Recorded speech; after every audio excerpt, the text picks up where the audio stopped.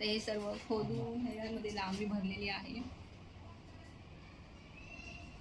आणि हे पण ते लादी लावलेली ते पण पॅक केलेलं आहे. इथे सुद्धा मी बॅक कॅमेरा करून दाखवते. तर हे बघा, हे आतून असं केलेलं आहे. इतका गॅप आम्ही भरलेला आहे. तर काय ना, जसं जसं जमेल तसं काम आम्ही करत राहतो, कारण की एकदम सर्व घराचं काम करायला जमत नाही. त्यामुळे जसं थोडं थोडं जमेल तशीच कामं करावी लागतात, कारण की सर्व विचार करावा लागतो. आणि ह्यांनासुद्धा घरातली बऱ्यापैकी कामं अशी येतात, त्यामुळे ते स्वतःच करतात. कारण की बाहेर पैसे देऊन करण्यापेक्षा आपल्याला जर स्वतः जर आपण घरातलं हे सर्व काम केलं ना, तर आपण जसं पाहिजे तसं आपण करू शकतो. और ये देखो, महारानी की तरह टीवी देख रही है. इसका तो पूरा दिन टीवी देखने में ही जाता है.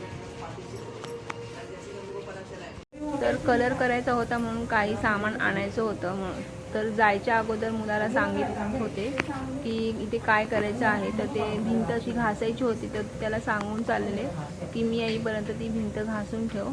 तर ते सर्व समजून सांगत होते. माझा मुलगा सुद्धा जसं सांगेल तसं करतो. लांबी भरलेली आहे. लादीमध्ये लांबी नाही भरत, सिमेंट भरते. अच्छा, सिमेंट भरले. अच्छा, ह्या लादीमध्ये सिमेंट भरले. ते बघा आमची पिल्लू कसा असते. काय पसारा करून ठेवलायस रे एवढा? तुला नाही आवडायचं. हा, किती केलायस पसारा? काय घाण करून ठेवली आहे बघा सगळ्या रूम मध्ये. आता हे कोण आवरणार माहिती का?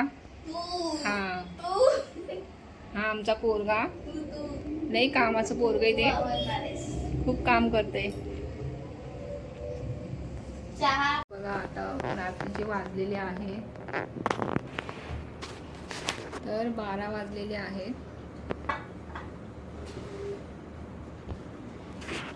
तर 12 वाजता तर सर्व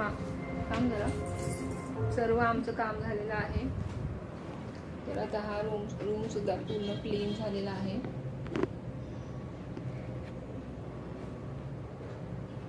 तर आत्ताच आमचा सोहन जेवून जरासा पडलाय आता. तर हा बघा,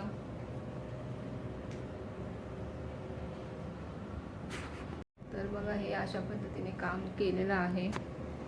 लांबी सुद्धा भरलेली आहे इथे खोदून पूर्ण.